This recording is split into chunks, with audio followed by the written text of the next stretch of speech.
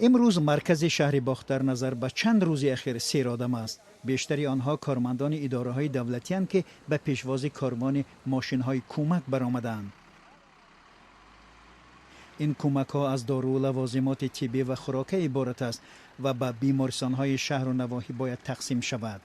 و این در حالی است که رسانه ها و مردم از تقسیم ناعادلانه کمک ها شکایت می کنند.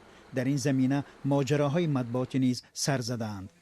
مسئولان ولایت ارزش کمک ها را به خطلان زیاد از 8 میلیون سامانی گفتند.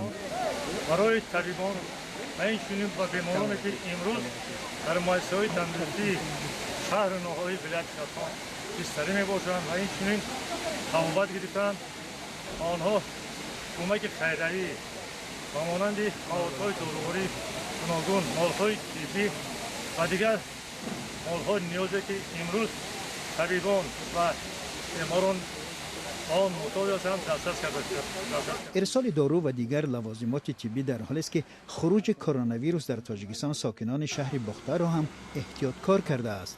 میز و مکانهای استراحتی خالص مردم کم به خیابانها میبرایند. همین میشنویم که مثال همین خیلی کسل اومدگی مثال دست 50 تانه صوم شب کنید میگن وای دهم بندک بندید میگن انا احتیاط کنید میگن کودک‌ها از خانه نبراین. اگر احتیاط خوبه هم گفتی چون که با هم گفت دخترو که هم دستات توزه شدن توزگی کردن میگه گرای سلامتیه. همین نقاب و پریچتکه و همین صورت میتونن یفته سر وقت هفتیکه من خودم نمیگیم شوهر رو میگیره پستوار.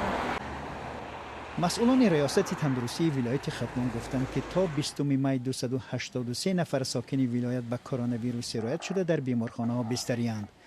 آمار رسمی گرفتاران به بیماری کووید 19 در کشور از 2100 نفر زیاده است. مقامات میگویند شمار عمومی ففتیدگان 41 نفر می باشد، هرچند برخی ها به آمارهای رسمی شبهه دارند.